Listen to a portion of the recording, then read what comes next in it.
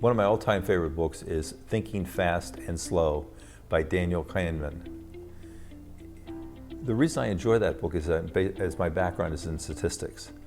And he points out that 90% of all that we do in the world is really thinking fast. It's a learned reaction or response, how you speak, how you drive a car, how you catch a ball. Those are all essentially the human mind is doing a correlation analysis, and it's saying if I do X, Y occurs.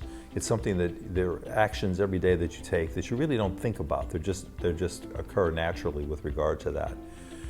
Thinking slow is where you're actually creating something new and different that's never actually ever existed before.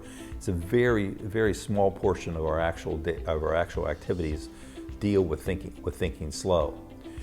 One of the reasons it's interesting is because it fundamentally shows how the human mind does correlation, which is statistics, and it also has a very real impact on AI.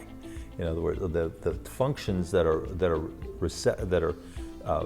AI can displace are those that are thinking fast.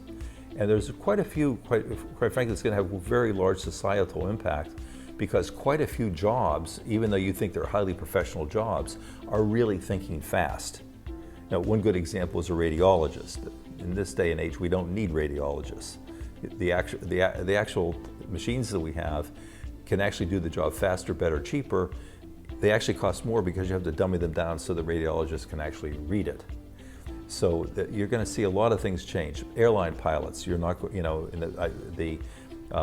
Miley, the chairman of the Joint Chiefs, former chairman of the Joint Chiefs of Staff, said, I think within 5 to 10 years, you won't have soldiers, sailors, or pilots. A lot of the fundamental jobs we see in society today are really going to change. I recommend people early in their career, they need to think about what they're going to be going into and whether those jobs will really exist in another 10 or 20 years.